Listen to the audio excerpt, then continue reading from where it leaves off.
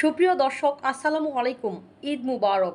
আজ ৬ জুন ২০২৫। আগামীকাল সারা বাংলাদেশে পবিত্র ঈদুল আজহা উদযাপিত হবে। সকালবেলা ঈদের নামাজ শেষ করে সকল ধর্মপ্রাণ মুসলমানরা আল্লাহর নামে পশু কুরবানি করে ঈদুল আজহা উদযাপন করবেন। ময়মনসিংহর সার্কিট হাউজে আমি আজ কুরবানির পশুর হাট দেখতে এসেছি। এখানে গরু, ছাগল, মহিষ, ভেড়া ইত্যাদি পশুর হাট বেশ জমজমাট বসেছে এবং জনসাধারণের ক্রয় ক্ষমতার সাধ্যের মধ্যে রয়েছে।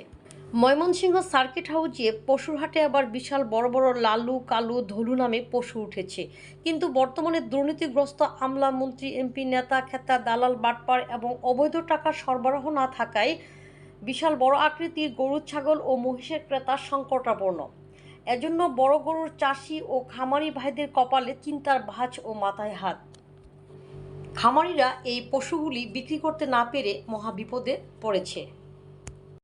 এবার কুরবানির হাটে ক্রেতাদের পছন্দের শীর্ষে মাঝারি আকারের গরু। বৈরী আবহাওয়া কিছুটা বিঘ্ন ঘটালেও থেমে নেই ক্রেতাদের আগমন। বিশেষ করে ৬০,০০০ টাকা থেকে শুরু করে ১,২০,০০০, ৩০,০০০, ৪০,০০০, ৫০,০০০ টাকার মধ্য ক্রেতাদের বেশি পছন্দের গরু। আর বাজার অনুযায়ী গরুর দাম অনেক কমে গেছে। এবার পশুর হাটগুলিতে ইন্ডিয়ান গরু আমদানি না থাকায় আমাদের দেশীয় চাষি ভাই ও খামারি ভাইদের গরু দিয়ে প্রতিটি গরুর হাট পরিপূর্ণ রয়েছে। একের পর এক পিকআপে করে আসছে কুরবানির গরু। দুপুরের আগেই পৌঁছে যাচ্ছেন হাটে খামারি ও গরু ব্যাপারীরা। এর মধ্যে জমে উঠেছে ময়মনসিংহে কুরবানির হাটগুলো বিশেষ জমজমাট। অন্যদিকে হাটে সব ধরনের নিরাপত্তার ব্যবস্থা করেছেন আয়োজকরা।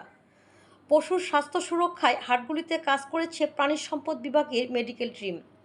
এছাড়া সীমান্ত দিয়ে পশু অনুপ্রবেশ ঠেকাতে কড়া নজরদারির কথা জানান সংশ্লিষ্ট কর্মকর্তারা।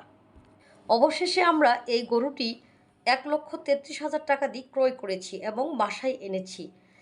গরুটিকে যত্ন করতে আমার খুব ভালো লাগছে। হাদিসে আছে, কুরবানির আগে গরুকে অনেক যত্ন করতে হবে, গোসল করাতে হবে এবং তাদের পেট ভরে খাওয়াতে হবে। আমি মনের মতো করে পরম যত্নে আমাদের গরুটিকে খাবার দিচ্ছি। পশুটিকে দেখে মনে হচ্ছে আমার হাতে খাবার খেয়ে অনেক আনন্দিত। আমিও গরুটিকে খাবার খাওয়াতে পেরে অনেক আনন্দিত। গরুটি বেশ শান্তশিষ্ট, আমাকে বশ মেনেছে, মনে করছে আমি তার মালিক। সে যে বিক্রি হয়ে গেছে সেটা কিন্তু তার আর মনে নেই, কারণ আমি তাকে বেশি বেশি আদর করতেছি, শরীরে হাত বুলিয়ে দিচ্ছি এবং মনের মতো সব ধরনের খাবার সামনে এনেছি। পশুটিকে আদর যত্ন করতে করতে তার প্রতি আমার মহব্বত বেড়ে গেছে।